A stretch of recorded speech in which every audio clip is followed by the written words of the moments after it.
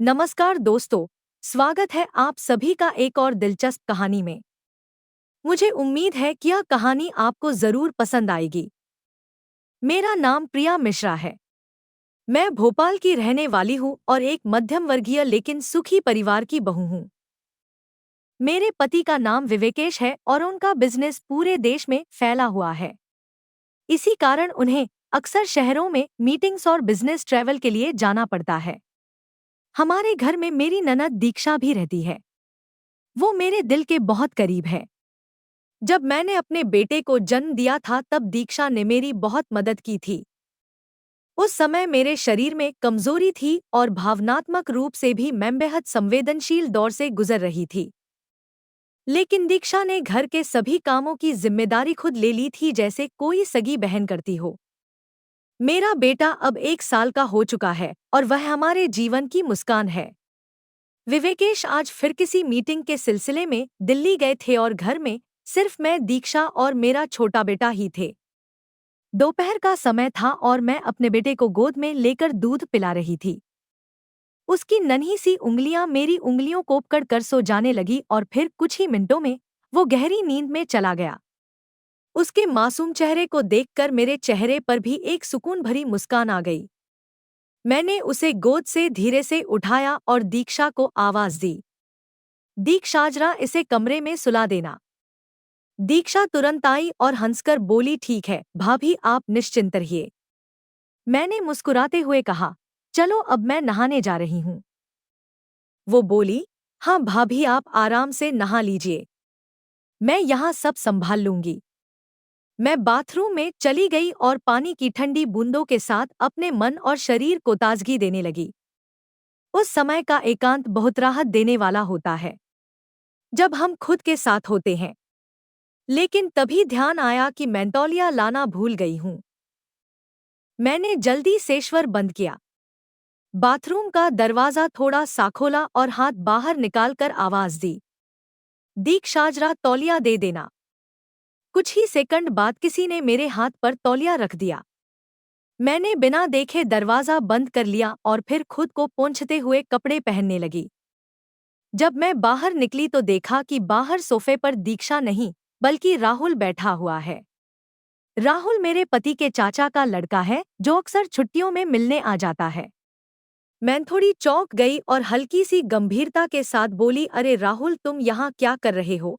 उसने मुस्कुराते हुए कहा, भाभी आपसे मिलने आया था और जब आपने तौलिया मांगा तो यहाँ कोई नहीं था तो मैंने ही दे दिया। यह सुनते ही मेरे चेहरे की मुस्कान गायब हो गई और मैंने थोड़ी नाराजगी से कहा, राहुल यह सही नहीं किया तुमने। अगर दीक्षा नहीं थी तो उसे बुला सकते थे। मुझे अच्छा नहीं लगा यह। राहुल थोड़ा झेपते हुए बोला, सॉरी भाभी, अगली बार से ध्यान रखूंगा। मैंने थोड़ी देर चुप रहकर बात बदली और पूछा, अच्छा बताओ तो सही, तुम आए किस लिए थे? वो बोला, मम्मी ने आपके लिए पायल भेजी है, कह रही थी कि बहू को बहुत पसंद आएगी। यह सुनते ही मेरे चेहरे पर फिर से मुस्कान लौट आई।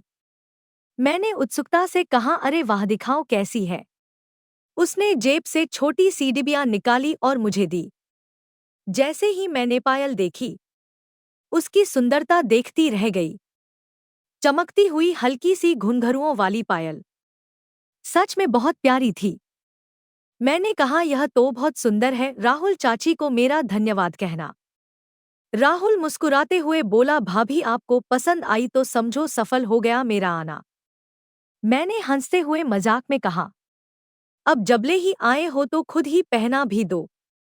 वह थोड़ा हैरानी से मेरी तरफ देखता है और फिर मुस्कुराते हुए कहता है, ठीक है भाभी, बैठ जाइए। मैं सोफे पर बैठ गई और अपने पैरों उसके सामने कर दिए। राहुल ने धीरे से मेरे पैरों को अपने हाथों में लिया और पायल थनाने लगा। उसका स्पर्श हल्का, सावधानी भरा और सम्मान से भरा हुआ था। उस क्षण में हमारे बीच कोई शब्द नहीं था, बस एक चुप्पी थी जिसमें दोनों की आंखें एक दूसरे की आंखों से जुड़ी हुई थी, जैसे वो पल अचानक से ठहर गया हो। उसी क्षण कमरे में दीक्षा की आवाज गूंजी, यह सब क्या चल रहा है? मैंने एकदम से चौंक गई और हड़ाते हुए बोली, कुछ नहीं, दीक्षा बस वो राहुल पायल लाया था वही पहना रहा था। फिर मैं थोड़ा संदेह से देखती हुई बोली, भाभी आप तो खुद भी पहन सकती थी। मैंने हल्की हंसी में बात को संभालते हुए कहा, अरे यह जिद कर रहा था तो मैंने कहा चलो कर लेने दो। दीक्षा बोली, ठीक है भाभी मैं अब नहाने जा रही हूँ। वो चली गई और कमरे का माहौल फिर से शांत हो गया। मैंने राहुल की तरफ देखकर कहा, अब जब तुम इतना प्यारा गिफ्ट लेकर आए हो तो मैं भी तुम्हारे लिए कुछ खास बना देती हूँ।